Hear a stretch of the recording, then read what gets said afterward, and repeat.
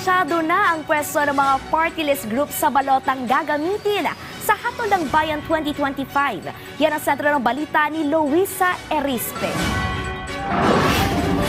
May numero na sa balota ang mga party list na kabilang sa Hatol ng Bayan 2025 matapos magsagawa ngayong araw ang Commission on Elections ng raffle sa magiging numero ng mga party list. Sa kauna-unahang pagkakataon, gumamit ang COMELEC ng digital raffle.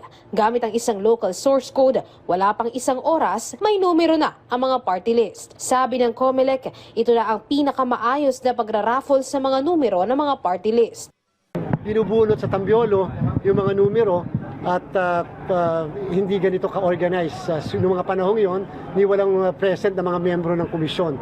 And therefore siguro kung meron man isa o minsan dalawa at pagkatapos ginagawa lang yon sa isang maliit na kwarto. Sa 156 naman na party list na pasok sa listahan, ang pinakauna sa raffle ay ang 4-piece party list. Sinundan ito ng PPP, Puwersa ng Pilipinong Pandagat, FPJ Panday Bayanihan, Kabataan, Duterte Youth, ML o Mamamayang Liberal, PBBM o Pilipinas Babangon Muli, P3PWD, Murang Kuryente, Bicol Saro, Ipatupad at iba pa. At ang pinakahuli o number 156 ay Uswag Ilonggo Party. Lahat naman ng party list inimbitang dumalo sa raffle ng numero. Sabi ng COMELEC, para sa mga hindi nakadalo, hindi naman iibahin ang kanilang numero. Ngayon namang may numero na ang party list sa balota, wala nang problema sa early campaigning. May pakiusap lang sa mga magsisimula ng mga kampanya, hindi lang sa party list, kundi pati sa mga senatorial aspirants.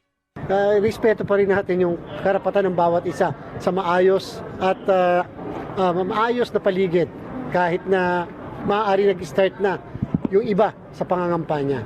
Bukas naman ang COMELEC sa petisyon laban sa mga nominado ng party list. Sa susunod na linggo, isa sa publiko na ang listahan ng mga nominado sa bawat party list para kung may nais tumutol o magreklamo ay tatanggapin ito ng COMELEC. Nilinaw naman ng komisyon na sa party list lang aplikable ang raffle ng mga numero dahil i-arrange in alphabetical order ang senatorial at local candidates. Samantala, may ilang grupo naman na naghain ng apela ngayong araw sa COMELEC matapos silang hindi makasama sa inisyal na 66 senatorial aspirants. Nangako naman ang komisyon, re-resolbahin ang mga apela, gayon din ang mga petisyon para sa mga nais kumandidato bago matapos ang Disyembre.